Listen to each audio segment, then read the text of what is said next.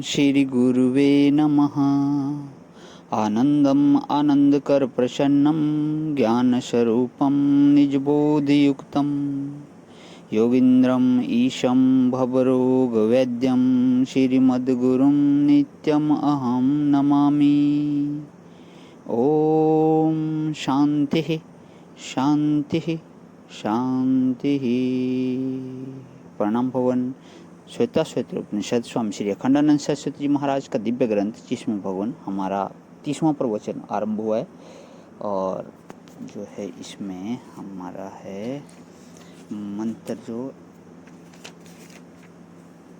चल रहा है भगवान अध्याय 3 का पहला और दूसरा मंत्र, इसकी व्याख्या ले रहे हैं भगवान। तो पिछले सत्संग में आया था कि ध्यान लगने पर किस प्रकार सर्वज्ञ परमात्मा का दर्शन होने लगता है। तो दूसरे अध्याय में बताया, एषः देवा परदिशो अनु सर्वः पूर्वोह जातः स उगर्भेः अन्तः।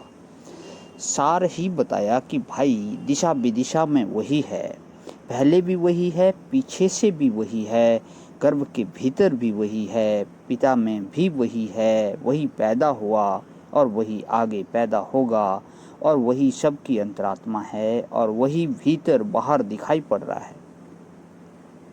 जो ध्येय वस्तु है वही सर्वात्मा होकर दिख रही है, यहाँ तक कि वही स्वयं प्रकाश परमात्मा जलाकार होकर भास रहा है, वही विश्व भुवन होकर भास रहा है, वही औषधि और वनस्पति होकर भास रहा है। उस स्वयं प्रकाश देवता को हम बारंबार नमस्कार करते हैं।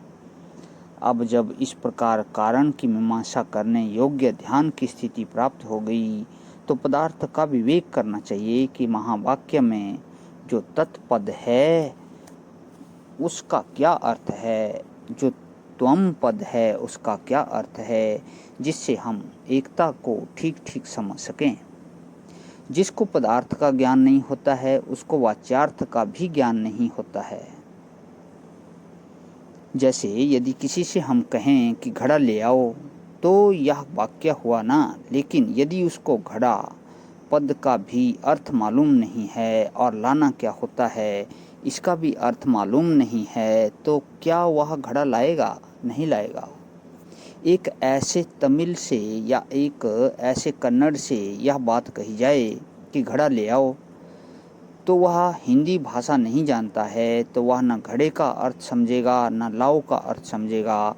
और यदि वह घड़ा शब्द का अर्थ जानता हो तो लाओ शब्द का अर्थ भी जानता हो तो घड़ा लाओ या बोलते ही समझ जाएगा। एक एक पद के अलग अलग अर्थ को जो ठीक ठीक जानता है वही पूरी बात को समझ सकता है। पदार्थ ज्ञान के बिना वाच्यार्थ ज्ञान कभी संभव ही नहीं है। एक शब्द का जो अर्थ नहीं समझेगा वह पूरे वाक्य का अर्थ क्या समझेगा। सुनते हैं कि किसी यूनिवर्सिटी में कोई एक नया प्रोफेसर विलायत से आया था, उसको हिंदी भाषा मालूम नहीं थी।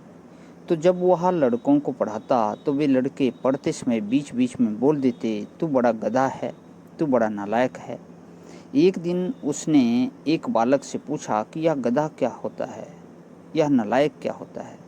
उस लड़के ने भी शैतानी की। उसने उसको यह बताया कि जब हम हिंदू लोग किसी से बहुत खुश होते हैं उसको धन्यवाद के रूप में कहते हैं कि तू बड़ा गधा है, तू नालायक है। अब उस प्रोफेसर ने सोचा कि यह तो जैसे हमारे यहाँ थैंक्स बोलते हैं वैसे बोलने लायक शब्द है यह, तो उसको याद कर लिया। और फिर जब किसी दूसरे प्रोफेसर के घर में पार्टी थी तब उसमें गया, वहाँ खाना पीना हुआ, बातचीत हुई और जब चलने लगा वहाँ से तब बोला कि तू बड़ा गधा है, तू बड़ा नालायक है। अतिथेय इससे नाराज हो गया कि यह क्या बोलता है। उसका चेहरा देखकर समझ गया कि गलती हो गई है हमसे। पूछा कि क्या बात हो गई, मैंने तो तुम्हारी तारीफ की है। अंग्रेजी में पूछा उसने, तो उसने बताया कि नहीं, या तो जिससे बहुत नाराज होते हैं अथवा जिसको गाली देनी होती है तब ऐसा बोलते हैं। तब उसकी समझ में यह बात आई कि नालायक और गधा माने बहुत खराब होता है, अच्छा नहीं। बहुत से लोग जो शब्दों को याद कर लेते हैं उनको अर्थों को ठीक ठीक नहीं समझते। वे लोग भले ही रटते रहें।